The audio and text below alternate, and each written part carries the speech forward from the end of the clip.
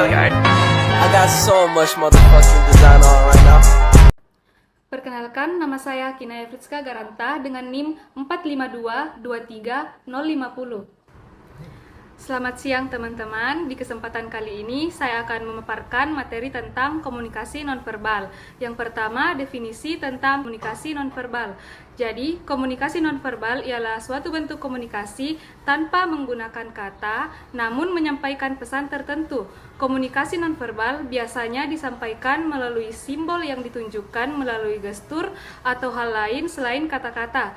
Pada umumnya, para peneliti berpendapat bahwa saluran verbal terutama digunakan untuk menyampaikan informasi, sedangkan saluran nonverbal digunakan untuk menyampaikan perasaan.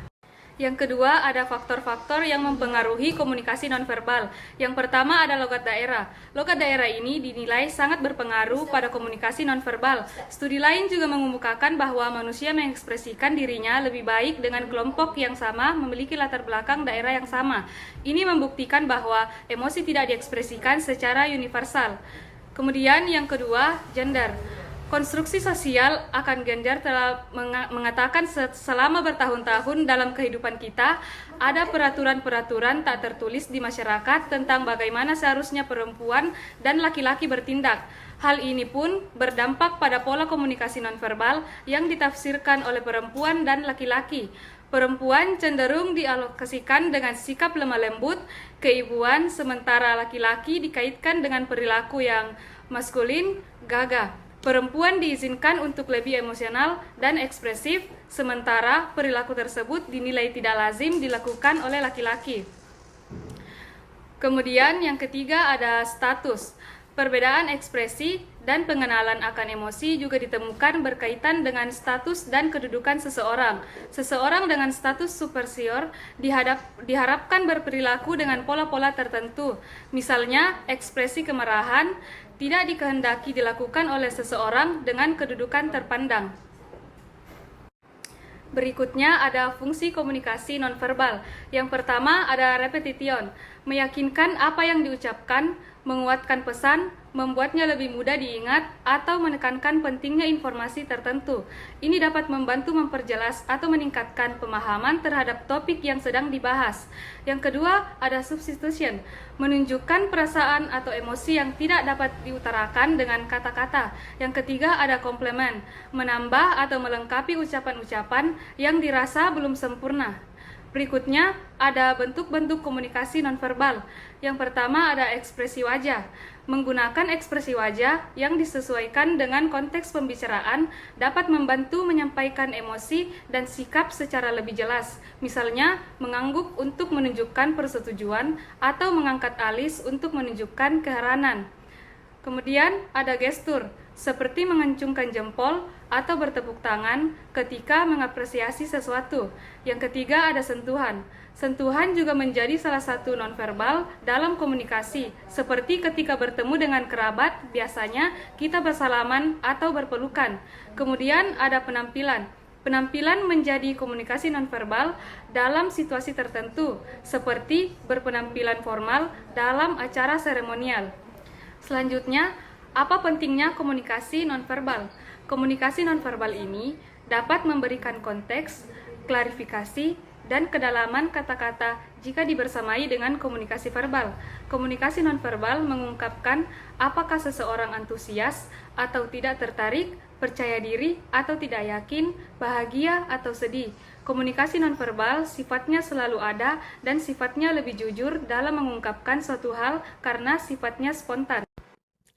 Berikutnya, tips untuk meningkatkan komunikasi nonverbal. Yang pertama ada kesadaran diri. Mulailah dengan meningkatkan kesadaran diri terhadap ekspresi wajah, bahasa tubuh, dan intonasi suara Anda sendiri. Pahami bagaimana komunikasi nonverbal Anda dapat mempengaruhi persepsi orang lain. Yang kedua, jaga kontak mata. Pertahankan kontak mata yang tepat saat berbicara dengan orang lain. Ini menunjukkan keterkaitan dan keterlibatan dalam percakapan.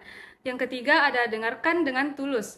Gunakan bahasa tubuh yang menunjukkan bahwa Anda benar-benar mendengarkan saat orang lain berbicara. Tunjukkan minat dan keterbukaan dengan menganggukkan kepala atau memberikan respon verbal ringan. Yang keempat, Perhatikan ekspresi wajah. Pelajari untuk membaca ekspresi wajah orang lain. Ini dapat membantu Anda memahami perasaan dan emosi mereka sehingga Anda dapat merespon secara tepat. Kemudian, gaya komunikasi dan pola perilaku nonverbal. Yang pertama, asertif. Kontak mata yang baik, posisi tubuh yang nyaman, tetap tegas, suara yang kuat, stabil, dan terdengar jelas. Ekspresi muka yang sesuai dengan pesan, selektif untuk memastikan pemahaman. Yang kedua, agresif. Melotot, membelalak, bergerak atau bersandar terlalu dekat, atau sikap tubuh yang mengancam, atau menunjukkan jari, dan mengepalkan tangan, suara yang keras. Kemudian, pada sikap submisif, sedikit kontak mata, memandang ke arah bawah terus, postur tubuh yang membungkuk, memindahkan beban tubuh secara konstan, tangan yang meremas-remas, suara lemah atau memelas. Berikut teman-teman bisa lihat contoh dari komunikasi nonverbal. Berikut adalah beberapa manfaat dari komunikasi nonverbal. Yang pertama, memberikan kejelasan seputar pesan atau informasi yang disampaikan, terutama bagi orang yang berbeda bahasa. Yang kedua, membuatmu lebih sadar terhadap situasi dan perasaan lawan bicara ketika berkomunikasi. Yang ketiga, dapat menjadi pengganti komunikasi verbal dalam beberapa situasi. Yang keempat, sangat berguna jika berkomunikasi. Yang kelima, membantumu menunjukkan kepercayaan diri. Yang keenam, sebagai sarana komunikasi yang efektif karena kamu bisa melihat ekspresi wajah, nada bicara, hingga bahasa tubuh untuk tahu apa yang dirasakan lawan bicara. Yang ketujuh, memungkinkanmu untuk mengekspresikan apa yang dirasakan tanpa perlu membicarakannya. Yang kedelapan, menghemat waktu ketika ingin menyampaikan pesan atau intensi yang kompleks. Dalam menutup penjelasan ini, mari kita perhatikan kembali betapa pentingnya komunikasi nonverbal dalam kehidupan kita sehari-hari. Gestur tubuh, bahasa tubuh, dan ekspresi wajah tidak hanya mempengaruhi bagaimana orang lain memahami kita, tetapi juga membentuk hubungan dan interaksi kita dengan dunia sekitar. Mari kita berkomitmen untuk lebih memahami dan memanfaatkan kekuatan komunikasi nonverbal untuk memperkuat hubungan interpersonal, membangun kepercayaan, dan mencapai tujuan kita. Terima kasih atas perhatian Anda, dan semoga informasi yang telah saya bagikan hari ini dapat memberikan manfaat dalam kehidupan kita sehari-hari. Terima kasih.